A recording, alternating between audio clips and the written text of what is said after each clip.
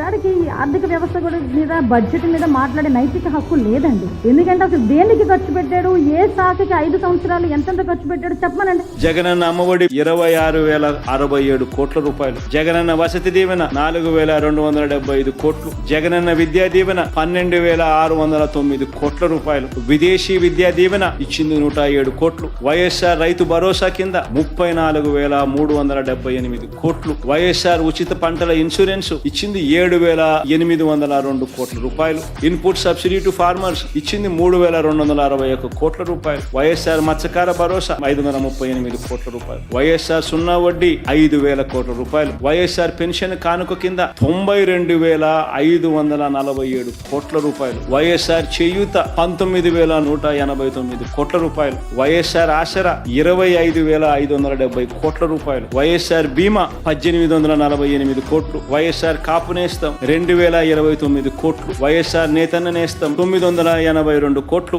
జగనన్న చేదోడు 1,260 కోట్లు, వైఎస్ఆర్ లా నేస్తం 41.52 కోట్లు, వైఎస్ఆర్ వాహన మిత్ర 1,300 కోట్లు, వైఎస్ఆర్ ఆరోగ్య ఆసరా 1,390 కోట్లు, ఎంఎస్ఎంఈ రీస్టార్ట్ 2,086 కోట్లు, అగ్రిగోల్డ్ బాధితులకు 905 కోట్లు, అర్చకులకు, ఇమాములకు, మౌజములకు, పాస్టర్లకు 37 కోట్లు, వైట్ కార్డ్ హోల్డర్లు కోవిడ్ అసిస్టెన్స్ 1,350 కోట్లు, ఈబీసీ నేస్తం 1,876 కోట్లు, వైఎస్ఆర్ ఆరోగ్యశ్రీ కింద 12,463 కోట్లు, వైఎస్ఆర్ కళ్యాణమస్తు షాదీ తోఫా 427 కోట్లు, హౌసింగ్ 12,295 కోట్లు, జగనన్న తోడు 88 కోట్లు. ఏకంగా ఈ 5 సంవత్సరాలలో 2,73,000 కోట్ల రూపాయలు డీబీటీ